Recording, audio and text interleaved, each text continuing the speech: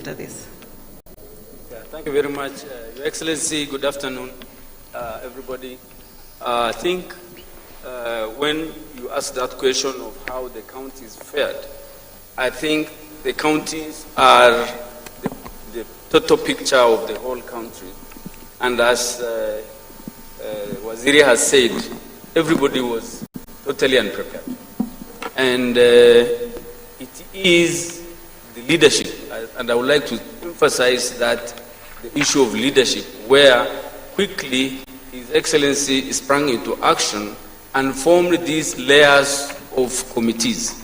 We had the summit, and the counties were plugged in to the summit through our chair.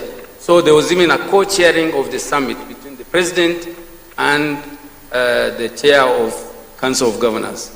At the national emergency level, I was there. And there were other several agricultural committees which are chaired by Munya and Tarakanidi, Finance, Ukur, and Wangamati. So the whole layer and the whole approach to fighting this disease was a well-orchestrated action right from the top that involved the counties to the counties themselves, where the county emergency response committees were formed, the sub-county, and there also it is national government, the county governor and the county commissioner, and then the wards, we had the ward administrators and the chiefs, all the way to the village where we had the community health volunteer and Nyumba Kumi working together. That's national government and county government. I think that whole structure, while decisions were made from up, reached all the way to the ground, and the discussions happening at the village reached all the way to the summit through this orchestra that has really been formed, that actually made our attack to this disease very effective. And the public were immediately able to see that leadership and move along immediately. You will see every time at 4 o'clock, the whole nation is glued to the TV. And every day when the governor is having his discussion on COVID, the county is glued to whether it's radio. And so there was serious awareness creation. There was a coordinated approach. And therefore, what needed to be done at the counties could be done very quickly. And that's why we were able quickly to create the isolation wards, quickly to create ICU beds, quickly train health workers. The health workers, this is the first time we're having such a highly infectious disease in Kenya. We never had Ebola, even like Congo. So immediately they were trained all the way to the community health volunteers, and the whole nation was following and fully aware. It's like a football match. We didn't have football, but I think COVID became the focal issue in the whole country at both national and county level. And therefore that resulted in a lot of motivation among the people, among the workers, among the health workers, the necessary steps taken to protect the health workers, especially the idea of manufacturing, because for a while we were left high and dry, because Italy was scrambling for PPEs, America was scrambling for ventilators, everybody was scrambling and every country was on its own. And I think for a while that brought out a spirit, a very special spirit that I would like to urge His Excellency the President and the whole country not to let go of that spirit that we developed out of COVID. That every Kenyan stood up, those who are able to assist their neighbors. I know people who could actually share their own food, and there was a reason spirit of patriotism and nationalism that really awakened us. The other thing is the spirit of having found that we had no ventilators, we had no ICU beds. Then the leadership provided by His Excellency to say, now we start manufacturing, and citizens started, and our Juakalis started springing into action. They made those beds. Some of those isolation beds are made by our local artisans. Face masks. All counties have now capability to make face masks. So today, the health sector and actually all other sectors are much better off because of the awakening of this spirit. I want to just leave one message. As I was having lunch today, I had a toothpick, and I brought this toothpick. And I looked at it and I say, bamboo toothpick made in China. And then I came and sat on that. Everybody should look at their table. There are 5 or 6 items. There is sweets made in South Africa, in front of you. There is Dettol made in Bahrain, in front of you. There is sanitizer made in China, in front of you. There is only water and macadamia that is made in Kenya, that is in front of you. I think the spirit of Kenya has now awakened to the fact that we need to make our own ventilators, we need to make our own toothpicks, we need to make our own sanitizers. There is no reason why we should have all this made in China, made in Bahrain, made in South Africa here, because we don't have the same made in Kenya in that China, we don't have made in Kenya in that South Africa, we don't have made in Kenya in these other countries.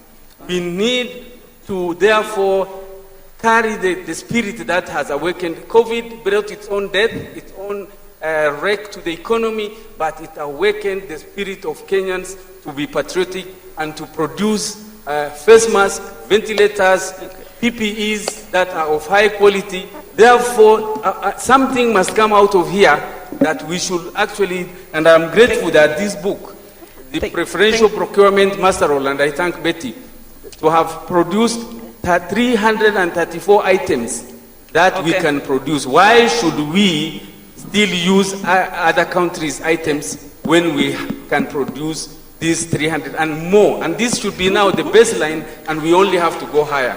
Thank you very much.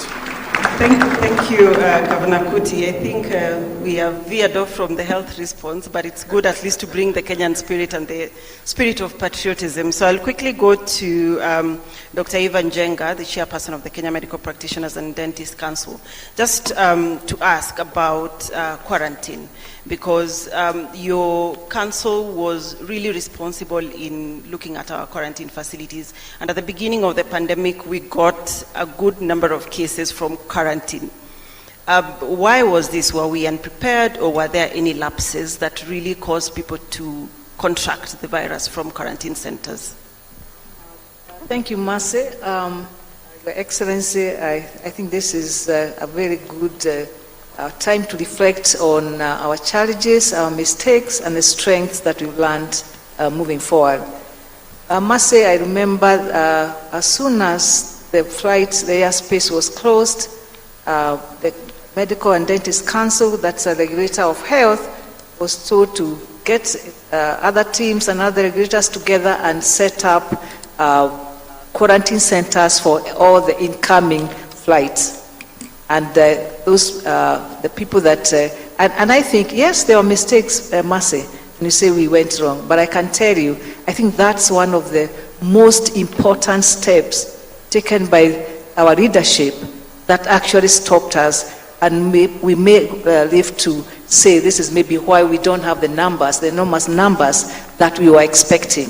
Yes, we said we got very few transmission or infection from abroad. Eventually, with most of the transmission that is ongoing in Kenya is local. We were able to nip the outside or the travelers, any transmission from travelers from those quarantine centers. And those quarantine centers, I can tell you it was like an overnight. We worked almost 24 hours. Some were health-based, most of them were non-health-based, putting the teams together that took care of the medical aspect, the psychosocial aspects, security. It took different people to come together. And I like what my colleague, Governor Kuti, has said, that collaboration where everybody stopped saying this is my sphere of function, and we all came together with our security forces, our medical personnel, our partners, private partners. We had AMREF and Red Cross giving us psychologists, because we knew from the start that we needed psychosocial support. So I know, yes, we made mistakes, but that main one action has really reduced the numbers that we are seeing today. So I think we should, you asked my two bosses how they would rate themselves. I'm a regulator. I think I can actually rate you as the county, because we've been going round under the leadership of my bosses at the ministry, the CS and the PS. We have technical teams going round, Your Excellency, looking at, and we were the ones who went to go and see whether the directive of having the 300 COVID beds was adhered to, or it was how it came through. I know it wasn't an easy exercise, Governor, but I can rate you. We went and we did in 1 month. I know 80% is like an A in anybody who has ever sat exams. And we found most of the facilities and most of our counties scored 80%. We had a score sheet and scorecard. You scored 80%. So honestly, let's stop beating ourselves and appreciate ourselves. The other group that I would want to appreciate even during quarantine is the public. This pandemic has affected all people, the families.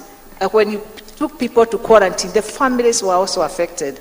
Businesses were affected. So all spheres of our life was affected. So we all came together as Kenyans and responded positively. Let's not also lose that moving forward. As we strengthen our health structures, even to move, we are still within COVID. As we move post-COVID, other health services must continue. Facilities must improve as we also embrace UHC. And UHC will only be a success if we make sure primary health care at level 2 and level 3, Governor, that we make sure that is successful. Then moving forward, we'll all be prepared for whatever comes in future. Thank you. Thank you, Dr. So to Dr. Ombajo, the all-important question that many Kenyans are asking is that at the beginning of the pandemic, and Waziri was there telling us, we've seen Italy, we've seen other places, people have been hit hard. But when we look at what we see in the country, 93% of our cases are asymptomatic. We don't seem to have been overwhelmed or to have really suffered the bite of COVID as much as other countries. And why is this the case? Thank you, Mercy, Your Excellency, and good afternoon, everyone. So, as you very rightly say, when this pandemic initially started, I think all of us were very afraid because of what we'd seen world over. We'd seen devastating scenes of hospitals overwhelmed, of people dying, of the large number of infections that are out there. And indeed, the initial modeling that we're doing seemed to indicate that we'd follow an almost similar trajectory in terms of having a very high number of cases and a very high number of mortalities. And this hasn't been the case, not just in Kenya, but in many African countries as well. And there are many sort of theories to try and explain what this. As CS said, maybe God loves us more than everybody else. But that aside, we could look at, is it the interventions that were put in place, or is there something about our population that puts us at lower risk for very adverse outcomes? So if we think about the interventions, at the very first case that we had, there were some interventions put in place. For example, the limiting number of entries into the country. When we look at the countries that had the biggest outbreaks, they had very many people coming in with COVID and setting up multiple outbreaks within those countries, which means controlling became very difficult. So by limiting entry into the country, that was a very big deal. And as Dr. Njenga says, that quarantine and limiting spread at the very onset was very important. The other thing to look at again is other interventions that we must not downplay. We embrace the issues around wearing of masks early. And we have to thank our government because they did listen to scientists and they did listen to doctors, which was very encouraging for us at the front line as well. then we think about our population. What is it that's different with, let's say, the European population? And one is that we have a fairly young population, with our mean age being just about 20, and you look at countries where the mean age is 45 and above. And from what we've learned from our own population is that the younger people are less likely to get severe disease, are less likely to die. So for that reason, we've had a much lower outbreak. I guess the question then is, what do we do going forward, knowing that, one, we may have something that protects us, but still we cannot drop the ball because we cannot afford to have a big spike. Okay, thank you. I think maybe you explain a bit of that, and some of the interventions may be questionable. I can hear the bell, so I'll quickly go to Bonaziri and read out some names here. Those Dr. Doreen Lugaliki, Peter Kiare, Marian Awor, Abdi Yusuf, Clifford Manyara, Moses Ringera, Dr. Ndambuki Mboloi. These are just 7 of 16 healthcare workers who passed on after they contracted COVID-19. And there have been conversations about compensations for healthcare workers for particularly even medical cover, their life cover. Bonaziri, do you feel any sense of responsibility to these 16 families and the more than 1,000 other healthcare workers who've been infected by the COVID-19 infection? Because you kept saying they are the frontline soldiers, they are our frontline soldiers. What responsibility does government have for these 16 and the 1,000 others who've been infected? Thank you very much. First and foremost, I think is for us to appreciate and condole the families of the healthcare workers who lost their lives, but in addition to that is also indeed condole all Kenyans who lost their lives. And every life is as precious as the other one. And the reason why we were so careful with healthcare workers is essentially because these are the people who are protecting us. And if we had an epidemic amongst them, then we were going to be left bare. What did we do? We first started by creating a special ward at Kenyatta National Hospital, specifically assigned for healthcare workers only, so that even as the disease evolved, we were not going to have healthcare workers scrambling for bed capacity, scrambling for treatment amongst other people in other hospitals. So we created a special unit for that purpose. You will also recall that we appreciated the fact that they were going way above the call of duty. And if you remember, the president ordered that we create a special fund, a special accommodation, a special allowance for them during the height of the epidemic, which essentially just goes to show the sort of care. Thirdly, if you look at the way we moved in terms of trying to get PPEs for them and spread them across the counties, we changed the law to allow for counties to be able to purchase PPEs not just from KEMSA but from anywhere they could get them. Because let's not also forget that at the height of this whole pandemic, during March and April, getting a PPE was a big problem, just like my colleague has said. So the fact that we changed the law, we deregulated purchase from KEMSA. But finally, is to say that even today, not just then, not just the consideration that has been going on, even today we are still looking at considering what we can do for our health workers, for the healthcare workers, what we can do for the medical fraternity as a whole. So we continue, and we haven't stopped. It's ongoing.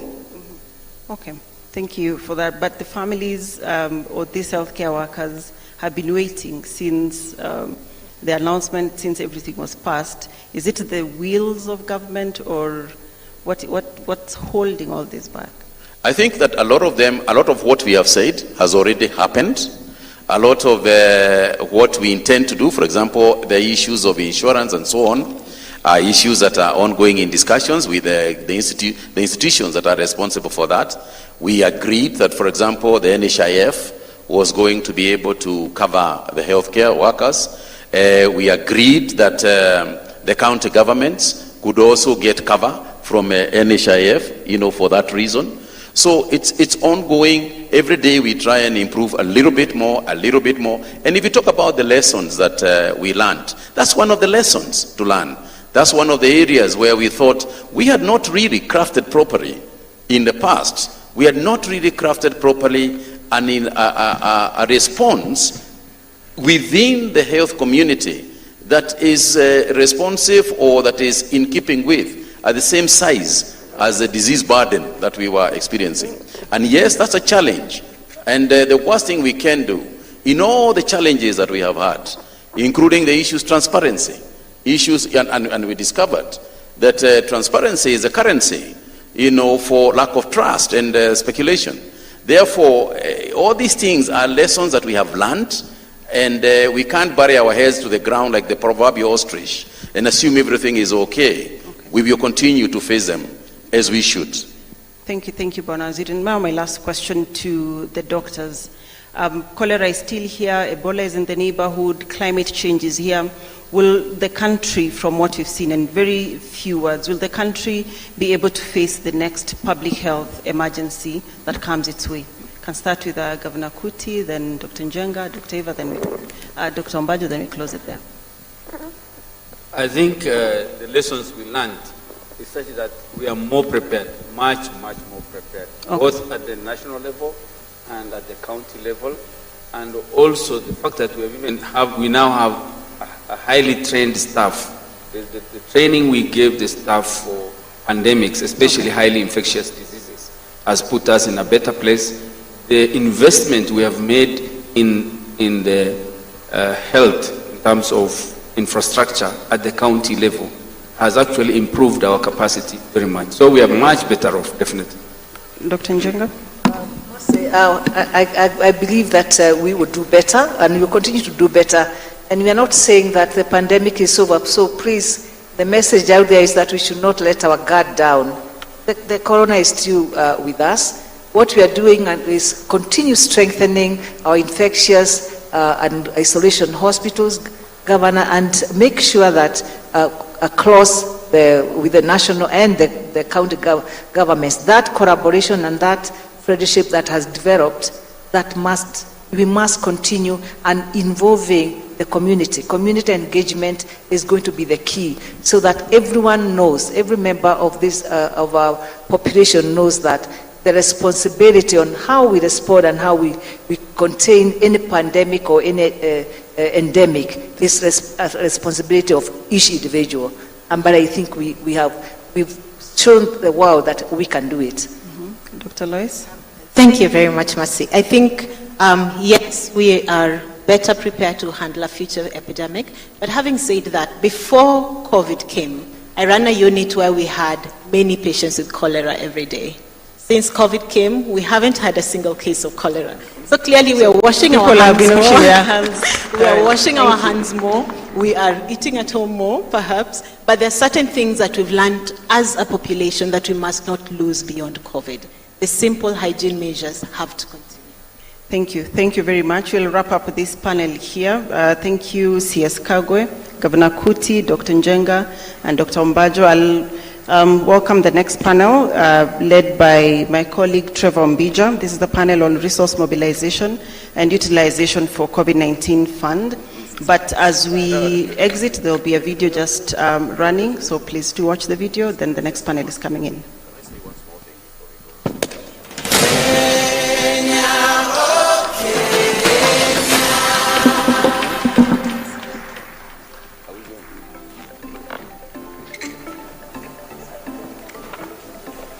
We will continue to provide all necessary assistance to groups, communities, social economic sectors that have been hardest hit by the pandemic. We set up a small committee made up of staff from Interior, Ministry of Health, and State Department of Social Services to go to the field, to go to the slums and isolate the most vulnerable. And we had a very good criteria. People who are orphaned, children who are actually heads of households, people who have terminal illnesses, people basically who have no other way of survival. Nilikuwa nafanya vibarua za mjengo, kufua vibarua tu ili waweze kukula. Vile sasa COVID-19 ilikuja, ikabidi vibarua zimekatika. Ikabidi sasa nimebaki tu kwa nyumba tu, sasa sina otherwise. lakini venye serikali ilianza kututumia cash transfer, at least ikanisaidia kuwa akaweza kupata cha kukula. Watu wa cash transfer kikuja kama saa hizi wakinunua mkate, wanunua maziwa, tunafaidika. Safaricom being the platform that does the M-Pesa bit, they have done something very fantastic in this. What they have done is that they have helped us transfer this money at no cost. Previously, when you are sending maize, beans and all that, you have to pay about 20-30% to logistics. Now, if we send 300 million shillings to Kenyans, it arrives as 300 million shillings to 300,000 people every week. Kazi yangu ilikuwa ni kushona viatu. Wakati corona ikiingia, kazi yangu ilididimia, capital ikaenda chini, ikawa sasa sina mapato tena. Hii kazi mtaani hakika imeninua, mambo yale yangu yalikuwa yamekwama ya rent house na chakula ni itaendelea kama normal. So kazi mtaani is one of the many interventions that national government has put together with respect to the COVID-19 response. The criteria was, first of all, you must demonstrate dire need. Secondly, you must not be benefiting from another social protection program. So like if you're a recipient of the cash transfers, you are not considered for this particular program. And number 3, you don't come from the same household. Nilikuwa nafanya tu kazi ya saluni, nikaenda pale hivi my estate kufua nguo, wakafunga ati kuna corona. Sasa senye hii kazi nasema imenisaidia jisingekuwa na kazi.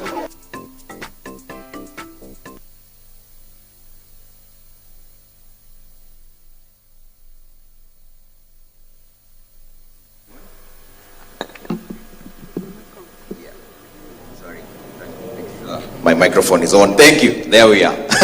Thank you so much. Good afternoon, everyone. Kindly just wave. I can see we are all tired, but please, gentlemen, we are happy to be here this afternoon. It's the middle of a pandemic. Thank you so much. I'd like to recognize all your presence. My name is Trevor Umbija. I'll lead this next panel discussion on the COVID-19 resource mobilization and utilization as well. This is where the rubber meets the road. And the president asked a fundamental question. Did we use our money and resources prudently? Okay. And efficiently. Thank you so much. All right. So there are more than 200 people who are joining us on Zoom. They are senators, governors, PSs, civil society. We want to recognize your presence. Mr. President, it's good to see you. Thank you so much. You know, when people meet the president for the first time, they tend to cry. So I came with my handkerchief just in case. But I'm glad. I'm happy to see you. Thank you so much. All right, so I'd like to introduce my panelists real fast, beginning from my immediate right. Dr. Julius Muya, the Principal Secretary, National Treasury and Planning. We have Jane Karuku, who's the Chairperson, Kenya COVID-19 Fund. We also have Honorable Justice Retired Paul Kihara Kariuki, who's the Attorney General. Thank you so much for making time for us. And Sid Chatterjee, Resident Coordinator, United Nations. Thank you so much for coming in. And Governor Wycliffe Oparanya, who's the Chairperson, Council of Governors. Thank you so much for making time this afternoon. In the interest of time, we'll get right into it. PS, you are the accounting officer. The president posed a fundamental question. Did we use our resources prudently and efficiently? Let's start from the point of how much did we actually have when we started the fight against coronavirus? Well, thank you very much. I'll actually go a step back and answer the question. Did we also raise our finances in an efficient manner? But first, let me say that when the COVID visited us, the situation that we had was one of declining revenues, and then again we had a lot of pressure because the expenditure pressures were caused by floods which were there in December, the locusts that came end of December, then we had a dry period earlier on. And so as Treasury, we looked at where can we get money quickly and money that is not expensive. I think that is very important. And so we looked at our multilateral partners. And in this case, it was World Bank, whom we were having a program of development policy operations. We looked at FDB, that is Africa Development Bank. We looked at IMF, and they were able to give us fairly low-priced loans in that case. And then we were also able to get funding from Danida as a grant. The total pledge that we were able to mobilize was 134 billion Kenya shillings. Right. Including in that was 130 billion that we received in exchequer. All right. I think that deserves a round of applause. 134 billion shillings. But PS, did we use those resources prudently? Now, what then did we do with that money? First, we identified what were the immediate needs as developed by the ministries and the institutions that were at the forefront. And so what we were able to disburse was 82 billion Kenya shillings. Now that 82 billion comprised of two main elements. One main element was 53 billion, which was on account of directly COVID-19 related expenditure. The other component within the 82 billion was 29 billion that we used for budget support because our revenues had declined considerably. And so in terms of using prudently, for us in Treasury, we made sure that we only made money available when there was a convincing case. All right. Thank you. So we still have change of about 52 billion. We'll talk about that in just a bit. The Attorney General, there's been a lot in the public media in the last few weeks about procurement. The President himself gave directive, 21 days, so that we get the facts from the fiction, from the investigative agencies. How far are we with that? Thank you, Trevor. We've made good progress. The investigations commenced on the 18th of June, following the allegations of irregularities in the procurement. And principally the culprit, so to say, was KEMSA. The action taken with regard to those allegations of some 7.8 billion shillings. Firstly, the EACC approached it in a two-phase mode. That is to say, they looked at public officers who were alleged to have participated in those alleged losses. And the second phase will be to the suppliers, some 78 plus companies locally and elsewhere. As regards the first phase, some 52 persons of interest have been called in to write statements, and they have. And the documentation with regard to the payments has been secured and has been analyzed.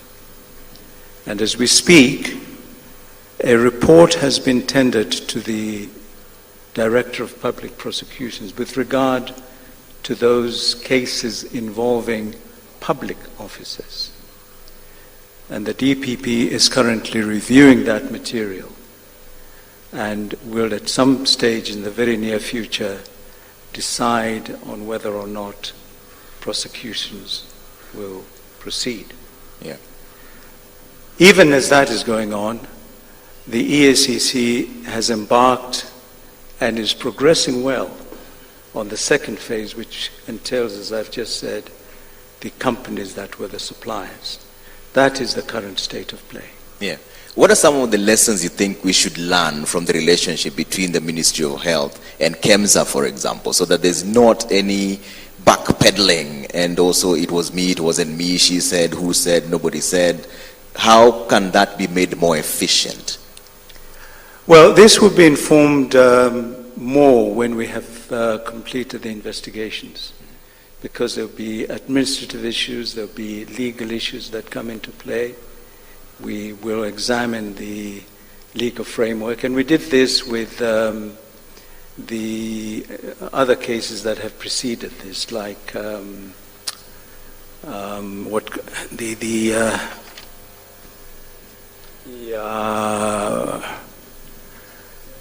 anyway, it'll come to mind.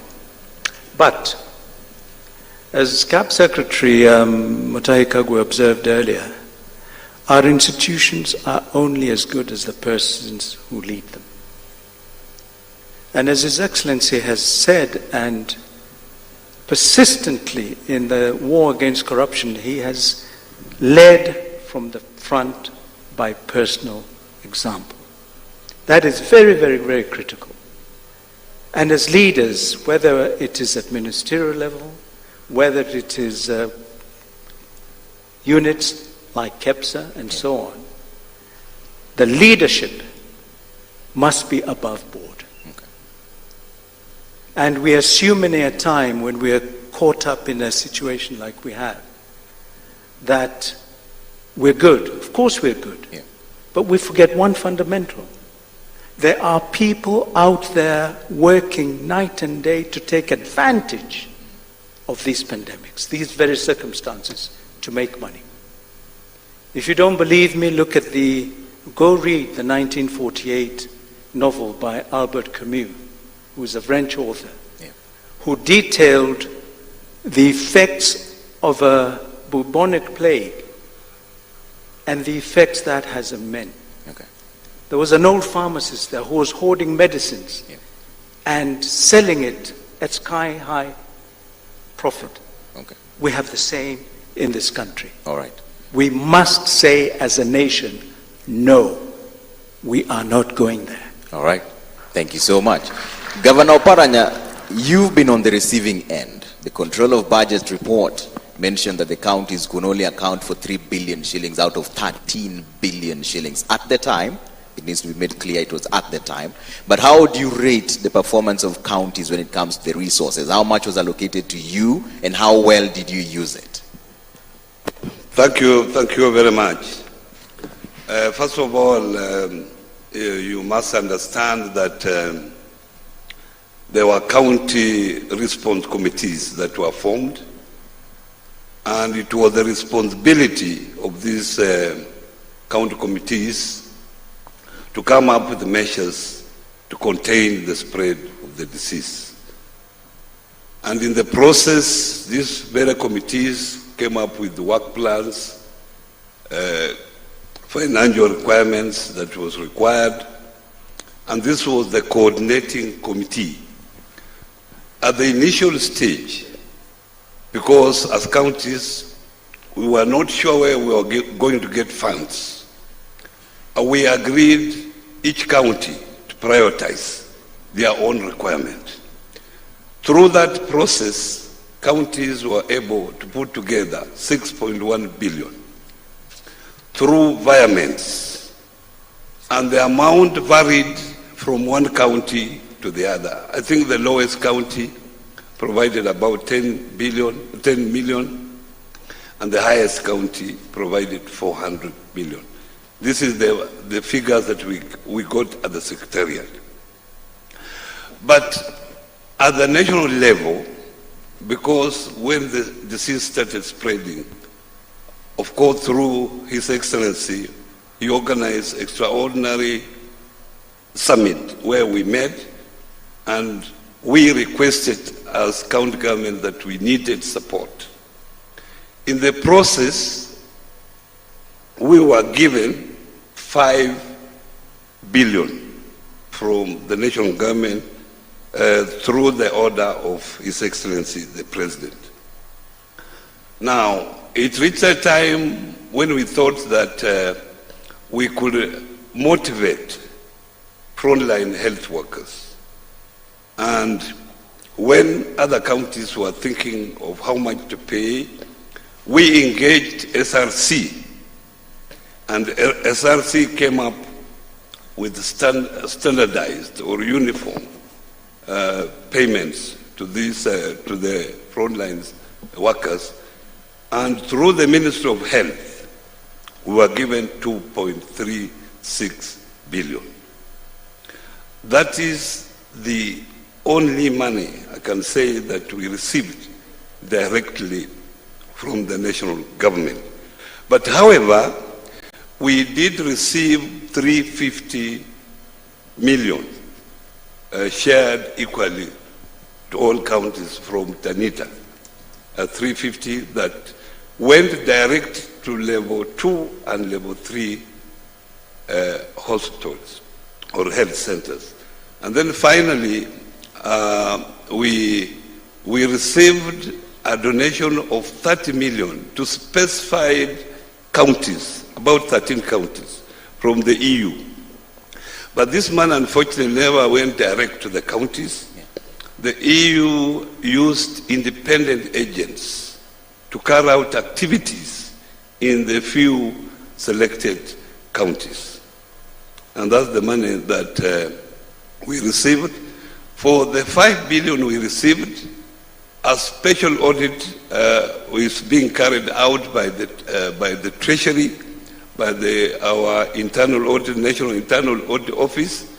For the last 2 weeks, they have been in the counties, and we are yet to receive a report. Yeah, but from where you stand, would you confidently face Kenyans and tell them there was value for money? Their money was used prudently at the counties.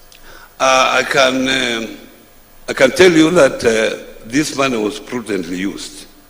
But as I speak now, not all of this money has been spent because of the bureaucracy of moving from one financial year to the other financial year. Because there were supplementary budgets to be undertaken because it was towards the end of the year, and also there was a shortage of some goods on the market. So some of those goods had to be imported from overseas. You could not get ventilators, you could not get beds, they had to be imported. Some of them are just arriving now, but there was proper commitment because the county response committee had to come up with work plans and commitments. So this money was actually committed, although it has not been exhausted. Okay. So there's still some change as well. There is still some change. Change here. Yes. So let's bring in Jane Karuku on this. Yours is a different story. Yours is what the president called unprecedented unity of purpose. How much did the ordinary Kenyans and the partners, everybody else, how much did they raise towards the COVID-19 fund, and how was it used? Thank you, Trevor. I'll try and answer all your questions at once so you don't come back to me. I've learned what you're asking. So I think when we were created by Your Excellency, I think he was very gracious. He gave me a great team. And I can tell you, you can imagine how our board meetings went between James Mwangi, Michael Joseph, and others, and Joshua. But it was a lot of fun. And we were also lucky to get C.S. Matiang'i and a very good secretary in Kennedy Kihara. And Governor Oparanya was also part of that. So what we did immediately is that we knew our objective was to raise funds from the private sector and others. We formed an entity to protect ourselves. So we are a company limited by a guarantee with a board of directors. That's what we know how to do best. We formed committees, and we were laser focused in terms of what we were going to do. So we only chose 2 things: supporting the health sector and supporting our communities in livelihoods.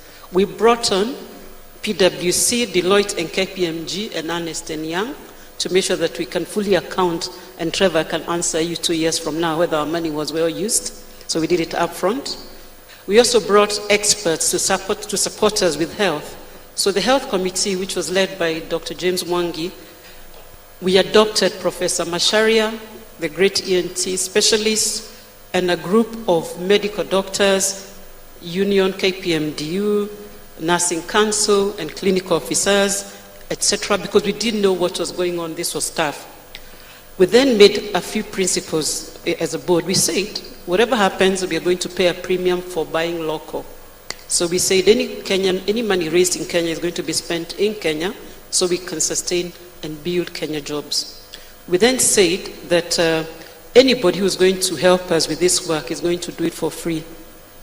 Trevor, we didn't even take a cup of tea. Oh wow, that deserves a round of applause. But how much did you raise? So we raised, we had in kind and in cash. In cash, we raised just over 2.6 billion shillings. We coordinated food worth about 450 million. And then we received food, which the KDF were gracious to store for us at Kawa Barracks, worth another 430 million. We then decided to prioritize the spend, how we spend the money very quickly. Yeah. Health, PPE was the biggest challenge. In our committees, there was Ministry of Health representation in Dr. Kariuki. So we decided to work with the local manufacturers to do fit-for-purpose PPEs. And I can tell you, the doctors, even today in the morning, I asked them, they are confirming they are good.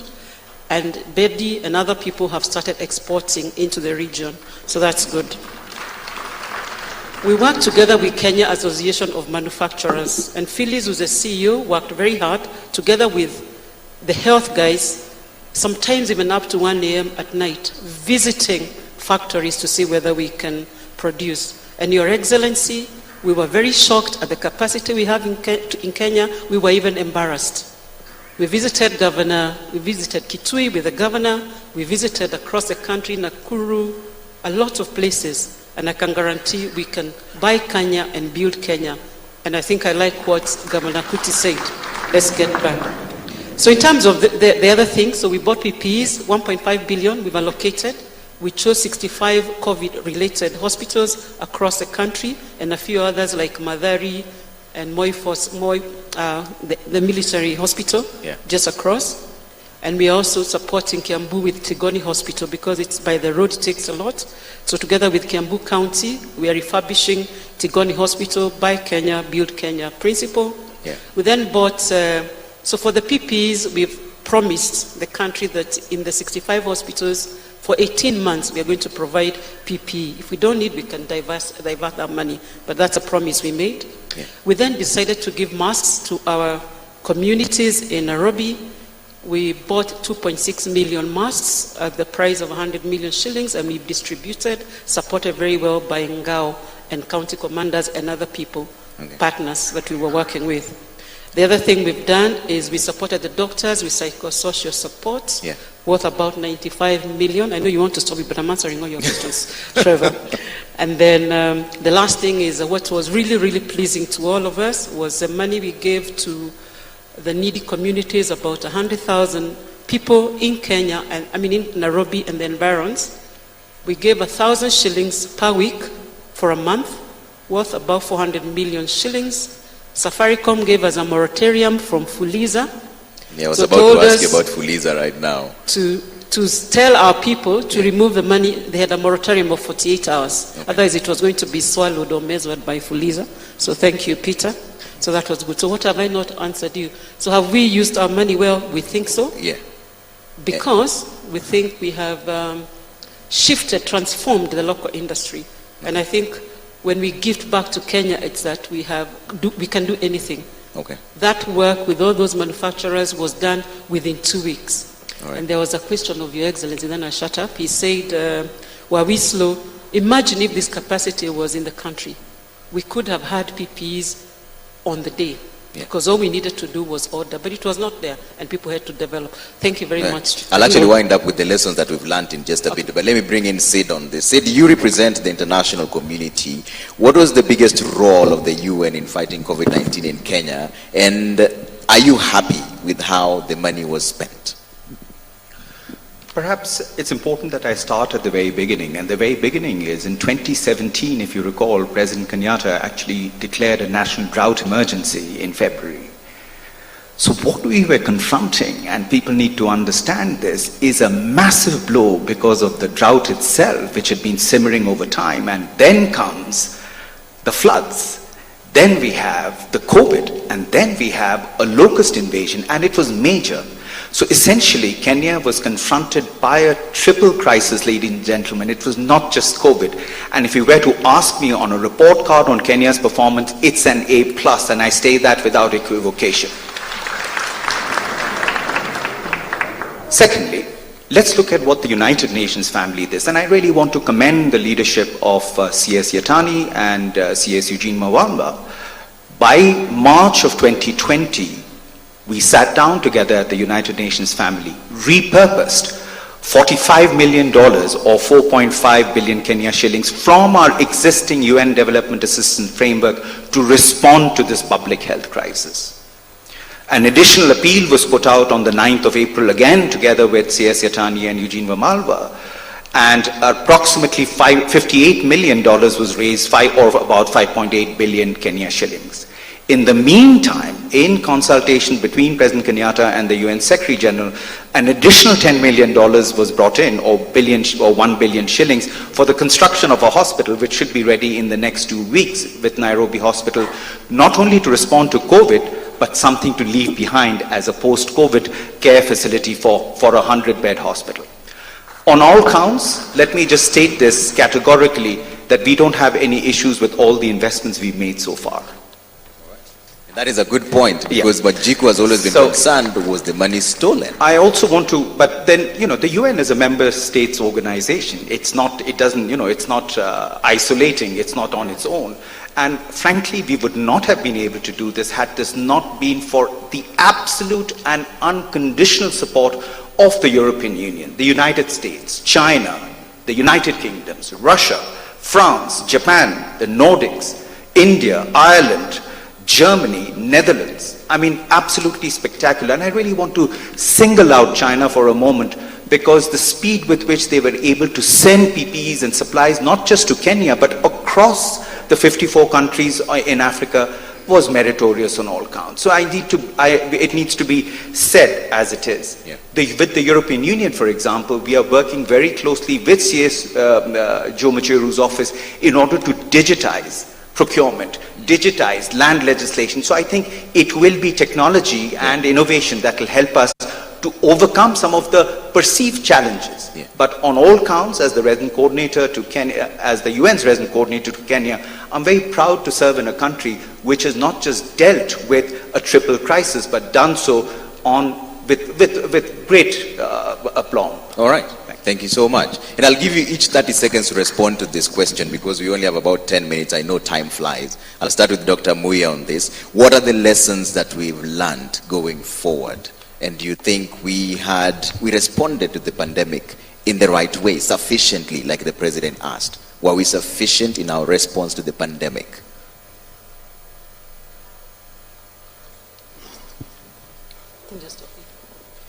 Yeah, thank you. The lessons learned. First, it is the fact that we can deal with a challenge which is not normal. And that ties with what Sid has just said, because we had multiple challenges which were rolling and coming one after another one. And so, from also a resource mobilization point of view, it proved to us that we can raise resources using our networks and raise resources that are as cheap as possible. And also the fact that we can mobilize resources very quickly.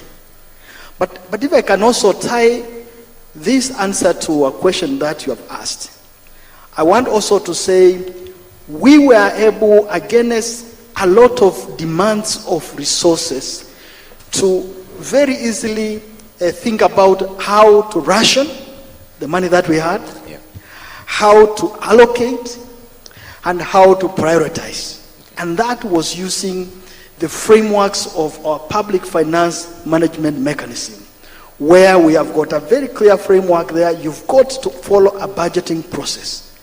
And so that was a very, very important learning lesson. But then also on the expenditure side, we also learned that we can live with a lot less than we normally live with. Because we were able to curtail on a lot of expenditure. Yeah. And we went through the financial year well. And as you said, there's still some change, Yes. which is remaining on the COVID money, about 40 billion. Okay. I'm not sure whether that's a good thing coming from the Treasury. If we can live with less than what we have, it means we should all brace ourselves for tougher times. Madam Karuku, I'd like to come to you on our change also. And what do you intend to do with the rest of the money, and what are the lessons that you've learned so far? Yeah, so let me start with the lessons. I think the lessons is how we quickly came together, private sector, individual citizens, and government. and we tried to approach this pandemic from a resource perspective. We had people giving us 100 shillings via the M-Pesa, and we had Dr. James Mwangi giving us a very significant contribution of 300 million shillings. We also had some development partners chip in a bit. The more important was a spirit of giving. So we got very many calls in our secretariat about how can I, as a church group, as a family, as youth, go and donate somewhere else. We had overwhelming requests. I want to contribute my time to your board, to your activities. What can I do? Yeah. So there's a real good thing that Kenyans have from a spirit, and I think we should never forget that. The change, I don't think things are over. We don't know. I guess we don't know, unless today we are being told there is no more COVID. So the change is to help on any other urgent issue that we may need. Yeah. We still have some people who want to give us money, I think. So I think we continue to fight on. Okay. Yeah. Attorney General, 30 seconds on the lessons we've learned and the sustainability ways going forward. Thank you. As I said earlier, we're going to be looking at policies and procedures at KEMSA and the relationship between them and the ministry. And the example I was citing earlier, which escaped my mind, was the National Youth Service, where there were similar problems. And arising from that, there was a review report which was prepared, very extensive document, and handed over to the ministry concerned. And they're benefiting from that immensely. But there is one very important aspect that I must emphasize. Yeah. And that is this. People will be prosecuted arising from what has happened at KEMSA. We as a people must learn. His Excellency earlier spoke about that unprecedented unity of purpose. Add to that effort. Add to that the most significant of them, purpose. It's got to be in our minds as Kenyans. Yeah. It's got to be in our hearts as Kenyans. Who does this? It is we leaders, we who are charged. Whether in the private sector, like my sister to my left, or whether in the public domain. And what happens when these people come to court? We start talking about our tribe, our people being finished. I hope to God we can desist from that and allow the law to take its course to its logical conclusion. Okay. You talk about buy Kenya, build Kenya. Yes. Why don't we act Kenyan for Kenyans? Okay. Act as AG for Kenyans, as a Kenyan. Okay. And if we do that across the divide with my good friend, the governor here as chair, the three arms of government are here represented with patriotism, then we have a chance to give a truly purposeful legacy to our children who will come after us. All right. Thank you. Thank you for that. Sid, 30 seconds. Well, yeah, go ahead. The pandemic has reminded us the primacy of universal health coverage. I commend you, President Kenyatta, for having made that as an important part of your legacy. And as far as the world is concerned, it has become abundantly clear. You know, it was a Greek philosopher called Herophilus who said, without health, we have nothing. And the pandemic has just proved that to us. It's not about if there's going to be a next pandemic, it's about when it's going to happen. And I think our preparedness in getting universal health coverage right is the pathway forward. Okay. Thank you. Governor, very briefly. Now, when we raise your microphone just a bit. Yeah. Thank you. I think when we received the 5 billion, there was quite hesitant by some county governments to spend the money. Because as you know, EACC is hanging on everybody's head. So people were very hesitant. So in the future, I think what is required is proper guidelines. When such a money is released to counties, there must be proper guidelines. Secondly, institutions like the county assemblies, you know, they don't know how to deal with emergencies. They keep on playing their own politics. And it took time for some of the counties actually to pass their supplementaries. And the institution like control of budget should know how to respond when we have emergencies. Lastly, we must also have, I don't know if there is a national policy on dealing with the infectious diseases. Okay.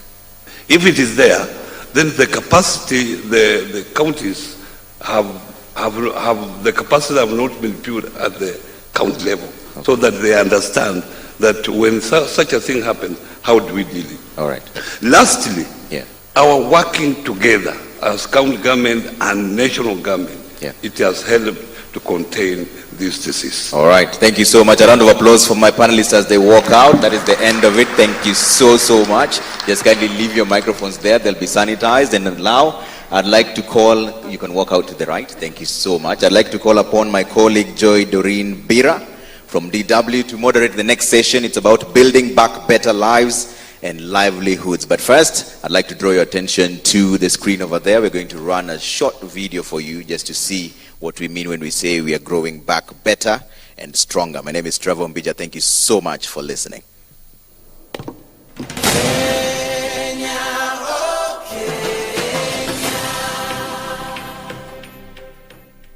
You know, hunger is very, very terrible. Somebody is hungry, he can't do anything. So now is COVID-19. People have so much problem of food. They lost their job. That's why our now main function we are focusing as many people as we can feed. Present time we are feeding 2,400 people. In St. Paul Children's Home we are feeding 1,500 every day. At the same time we give food, we give knowledge also. Karibu kwa Recreational Food for Life Kitchen. Mimi naitwa Jacob Usheng. So because the management walituomba kama tunaweza kaa ili tusaidie those who are wenye hawajiwezi. We have been staying here for 2 months now. We accepted to sacrifice tusione familia yetu so that we can stay here and help those ones. We praying that this pandemic goes away and then we go back and unite with our family. Mimi naitwa Lavangadash. Huu mpango wa chakula nakumbuka nilipokuja hapa mwaka wa 1995. Chairman wetu Umapa Tidas aliniambia niwe nikipeleka gari ikibeba hii chakula.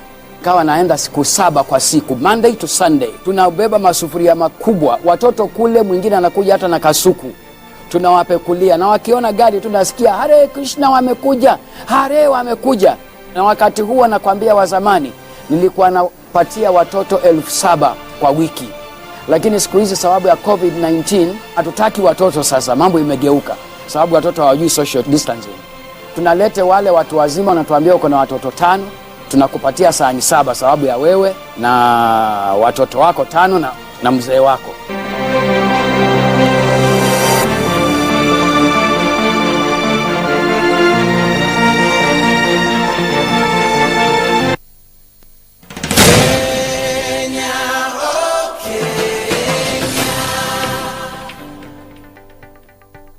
COVID is primarily a disease that affects the respiratory system, and therefore we've had to deal with it as a health challenge and to ensure that we minimize the spread of the virus. The Kenyan business community has spent time and really risen up to the task to produce necessary medical commodities that used to be imported. Personal protective equipment, masks, and ventilators, and all these products have been previously imported. But I'm actually quite glad to note that in the space of 2 weeks, the Kenyan business community had adjusted themselves to be able to supply these goods. And currently, we enjoy goods that are made in Kenya. And as we stand, indeed, we are now exporting PPEs and face masks.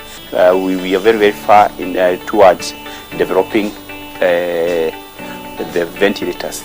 And as we speak today, The one by Kenyatta University has already been certified by Kenya Bureau of Standards. The other important thing that has come out during COVID is the issue of technology and the fact that the fourth industrial revolution is here with us.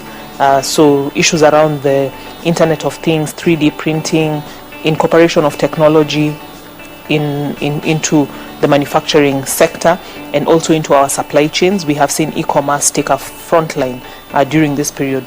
And as we start opening our businesses, opening our schools, opening our places of worship, this is a young man who has responded to it by coming and developing thermal guns, which are all locally manufactured.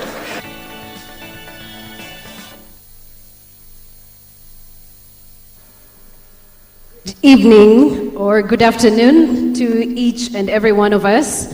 My name is Joy Doreen Bira, and I'm a business journalist here in Kenya. Because we've been sitting for quite some time, and I know that many of us came in here driven, and we only took the stairs up, I would like to request that we stand up for just a few seconds to stretch out a bit. Yes, and I was told that half of us here fall in the category where we need to keep active. So I would like for us to stretch out our hands to the front, yeah, and to the back. Yeah, now we can have a sit. I'm sure that's just good enough. All right, ladies and gentlemen, my panel basically focuses on the future, what we can do going forward, how we can build back better, and use some of the lessons that we have learned during this period to even do better. Because as we all know, since the pandemic hit, it wasn't just Kenya, but the entire global economy was kind of a damsel in distress. So we want to look at some of the lessons we've picked out and what we can do going forward. And my first question is going to be the fifth question that His Excellency the President asked. Have we built the ability and speed in our system as we de-escalate the COVID measures? Have we built the ability and speed in our system as we de-escalate the COVID measures? And also looking at the current state of the economy, I would like to pose this question to Ambassador Okori Yatani, who is the Cabinet Secretary for National Treasury and Planning.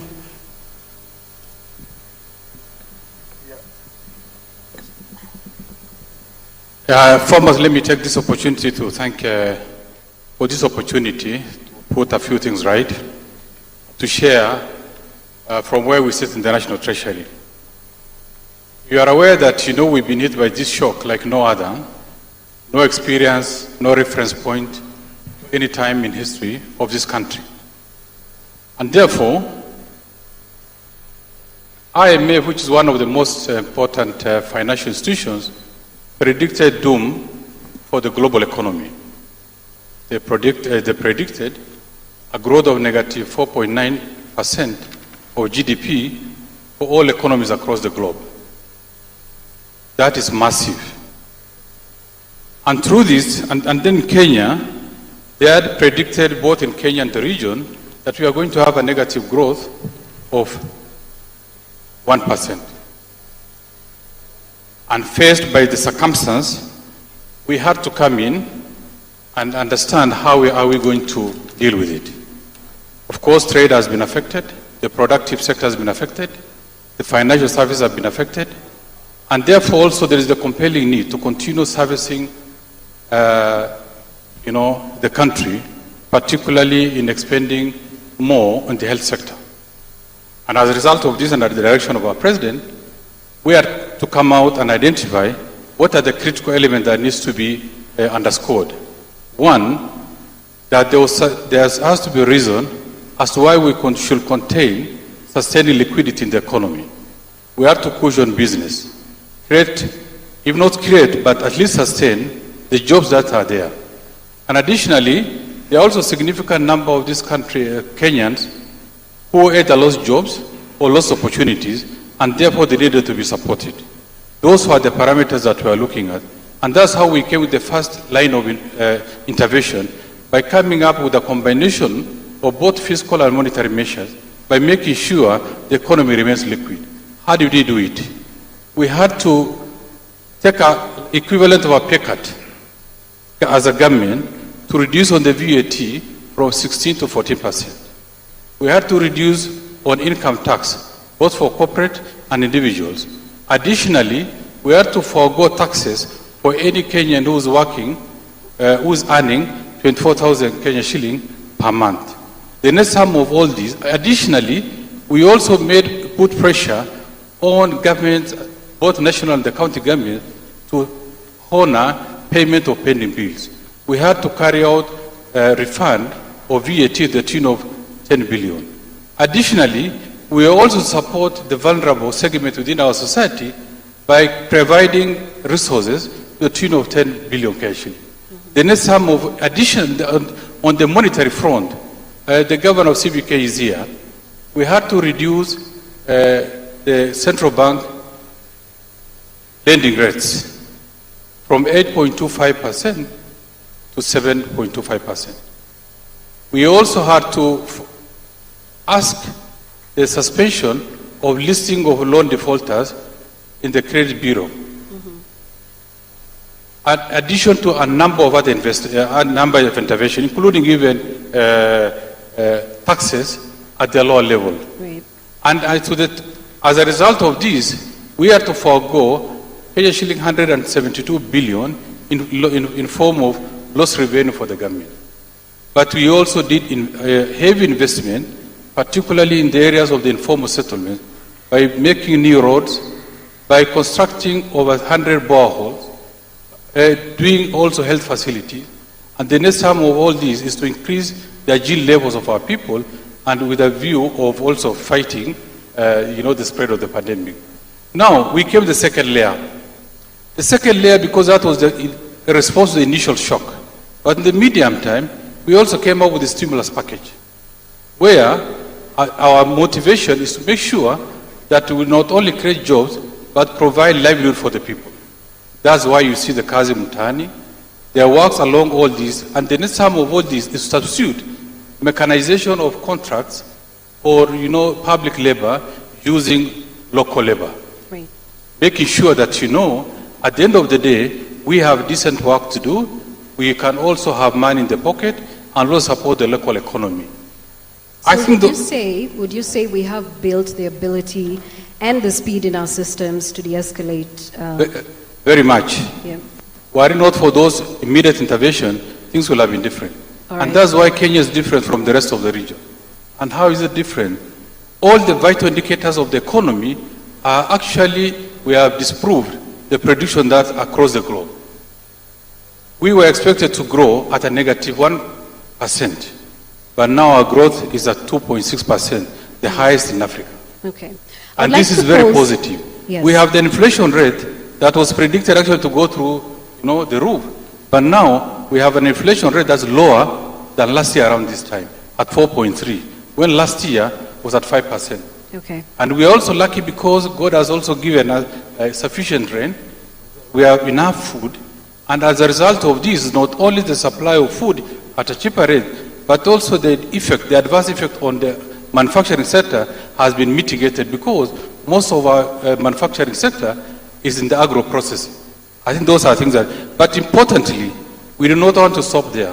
We are looking to the future, and we have come up with a recovery process that's going to take us for the number of years, and we are going to look at the micro stability.